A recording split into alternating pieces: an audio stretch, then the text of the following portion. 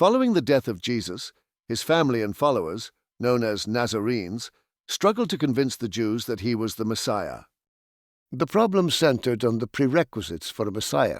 The Nazarenes failed to convince their fellow Jews, especially the more learned ones, that their prophet filled the necessary requirements. First, he should be of the house of David, as foretold or implied by Isaiah, Ezekiel, Nathan, and Jeremiah. Jesus did not qualify. Second, the prophet Elijah would return before the Messiah's arrival, as foretold by Malachi. Third, he would be born in Bethlehem.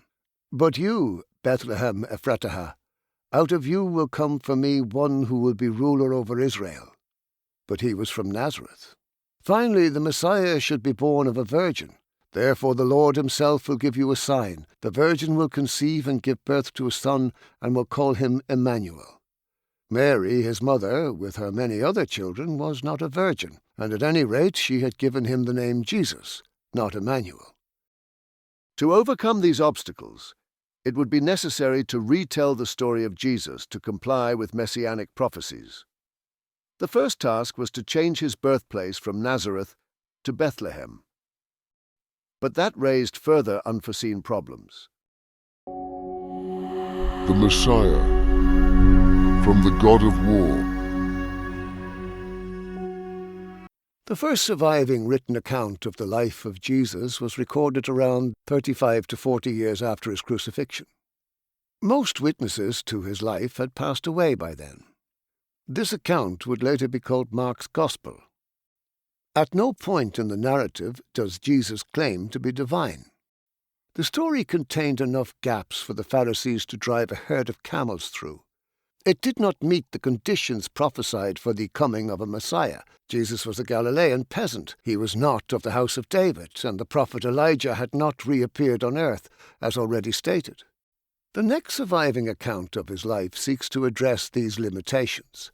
Written perhaps 10 to 15 years after Mark and attributed to Matthew, it gives Bethlehem in Judea as the birthplace of the infant Jesus, where he is visited by wise men who were guided there by a star.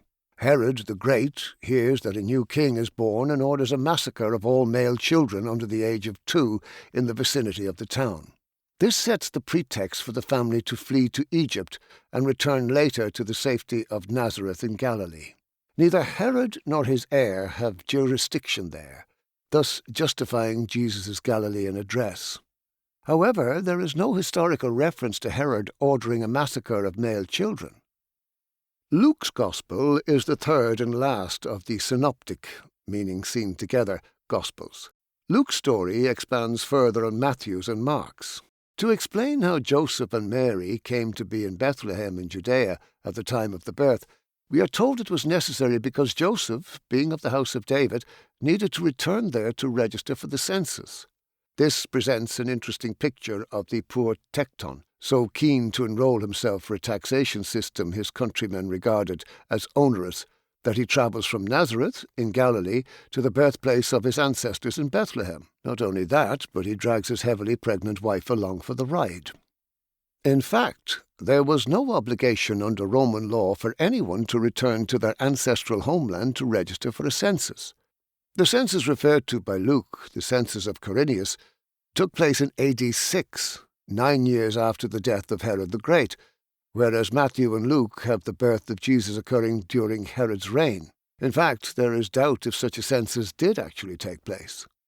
Much fanfare accompanied the birth, with shepherds, angels, and a heavenly host attending. After the infant's circumcision, the family returned to Galilee, not Egypt, as in Matthew's Gospel. The Gospel attributed to John, which was probably written by 1 or 2 Greek scholars sometime between 95 and 150 AD, avoids mentioning a birth in Bethlehem.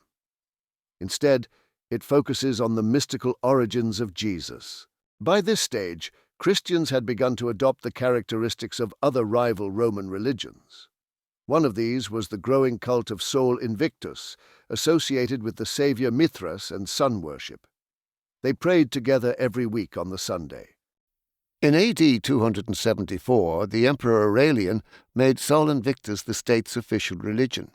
It would be celebrated on December 25th, to correspond with Saturnalia. This was an occasion for feasting, merrymaking, and giving gifts, and would sometimes last for a week. It is closely related to ancient winter solstice festivals that abounded throughout the empire and beyond, such as the Germanic festival of Yule or the Irish celebration of Grinstad an Givra, winter solstice. Later Christian apologists complained that the polytheists were doing the devil's work by counterfeiting the true faith, ironically unaware that the reverse was the case. So, despite its dubious origins, the belief that Jesus was born in Bethlehem on 25th December endures to this day. But these are not the only myths concerning the holy man from Nazareth that still survive.